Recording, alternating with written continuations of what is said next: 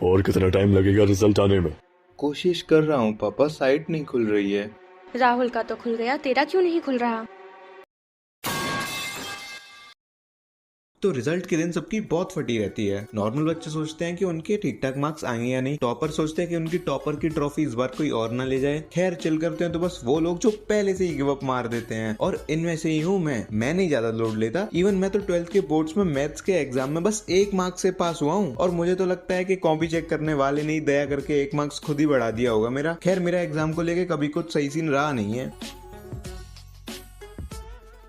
Exam की preparation के लिए बच्चे रॉकेट साइंटिस्ट बन जाते हैं, ऐसी थ्योरीज और मेथड्स लगाते हैं कि नासा के साइंटिस्ट की फट जाए। ओए मुकेश, ये प्रीवियस ईयर पेपर पढ़ ले, सारे क्वेश्चन इसी में से आते हैं। तुम लोगों को गेस्ट पेपर पता है? जिनको नहीं पता उनको बता दूं, उसमें कुछ 20-25 इंपॉर्टेंट क्वेश्चन होते हैं, ऐसा टीचर्स बोलते हैं, क्योंकि वो इसे खुद बनाते हैं और वही क्वेश्चन पेपर में भी आते हैं। ये भी टीचर्स ही बोलते हैं। हमें भी 10th के बोर्ड्स में SST का गेस्ट पेपर दिया था, और ये गेस्ट पेपर हमारे SST वाले टीचर और प्रिंसिपल ने मिल के बनाया था, और उसमें 80 क्वेश्चन थे, और हमारे सर ने छाती ठोक के कह दिया था कि पेपर में सारे क्वेश्चन इसी में से आएंगे। और उस गेस्ट पेपर में से लिटरली बस एक क्वेश्चन आया था। पेपर देख के सबकी फट गई, बच्चे एक दूसरे का मुंह देख रहे हैं, सबकी फटी पड़ी है। और 12th में तो ये एक लेवल और ऊपर ले गए थे। केमिस्ट्री के पेपर के लिए 3 गेस्ट पेपर निकाले थे। एक वो जिसमें बहुत कम क्वेश्चन थे जिन्हें पढ़ के तुम पास हो जाओगे, एक वो जिसमें थोड़े ज्यादा क्वेश्चन थे जिन्हें पढ़ के तुम्हारे ठीक ठाक मार्क्स आ जाएंगे, और एक सबसे बड़ा सबसे ऊपर जिसको पढ़कर तुम्हारे मुंह में रजनीगंधा और कदमों में दुनिया होगी। खैर ये तीनों ही फुस निकल गए थे। उस साल केमिस्ट्री का पेपर कुछ ज्यादा ही टफ आ गया था।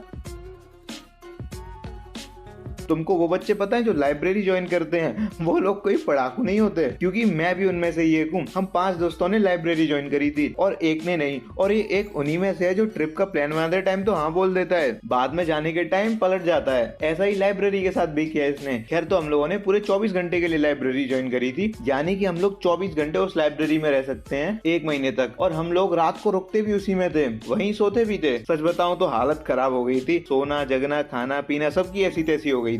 मैं तो अकेला सोता था, पर ये दोनों साथ सोते थे। अब ऐसा क्यों, उसके पीछे भी एक रीजन है। पर एक दिन जब हम सो के उठे थे तो हम देखते हैं इसके पैंट पे कुछ लगा हुआ है, और ये टॉयलेट नहीं है। तो ये देखकर बंसल की फट गई। हाँ, वो इस लड़के का नाम बंसल है। वो सोच रहा है अब वो वर्जिन नहीं रहा, और वर्जिनिटी गई भी तो ऐसे। बंसल को सदमा लगा, वो समझ में आता है, पर हमारी भी फट गई कि हमारे बीच एक दरिंदा रह रहा था। अब हम सबकी फट रही है उसके साथ रहने में। पता नहीं अगला शिकार किसको बना ले।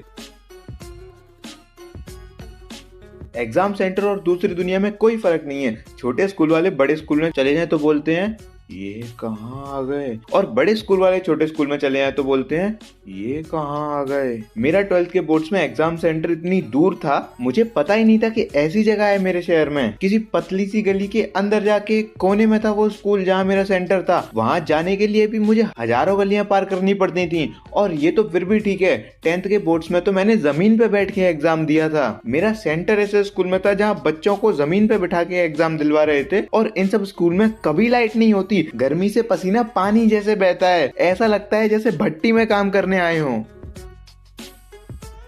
एग्जाम के टाइम उतनी नहीं फटती जितनी रिजल्ट के टाइम फटती है। मैं भी एग्जाम के बाद बहुत चिल हो गया था, फुल मजे कर रहा था, तभी मेरे दोस्त का कॉल आता है, भाई रिजल्ट आ गया।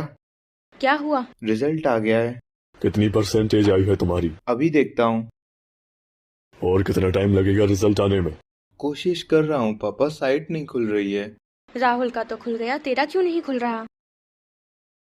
दिखाओ मुझे कितनी परसेंटेज आई। 70। बस इतनी? तूने तो हमारी नाक कटा दी। अच्छी है। हाँ अच्छी है ये परसेंटेज। सच में? और हाँ, एक दिन तुमने बोला भी था कि तुम्हें फिल्म मेकिंग करनी है, तो उसके लिए तुम्हें परसेंटेज से क्या लेने देना। तो मैं फिल्म मेकिंग कर सकता हूँ? तुम्हारा जो मन करे वो करो। आपको कोई प्रॉब्लम नहीं है? मुझे क्या प्रॉब्लम होगी, तुम्हारा जो मन करे वो करो। थैंक यू पापा, थैंक यू सो मच, आप बहुत अच्छे हो। ऐसा ही हुआ था मेरे साथ। मेरे पापा ने मुझसे एक शब्द भी बुरा नहीं कहा। इवन वो मेरी शील्ड बन गए थे बाकी सबसे प्रोटेक्ट करने के लिए। खैर अभी वीडियो खत्म कर देनी चाहिए, काफी इमोशनल हो गए यहाँ। तुम लोगों को वीडियो अच्छी लगी हो तो वीडियो को लाइक कर देना, मेरी बाकी वीडियोस भी चेकआउट कर लेना। मिलते हैं अगली वीडियो में, बाय।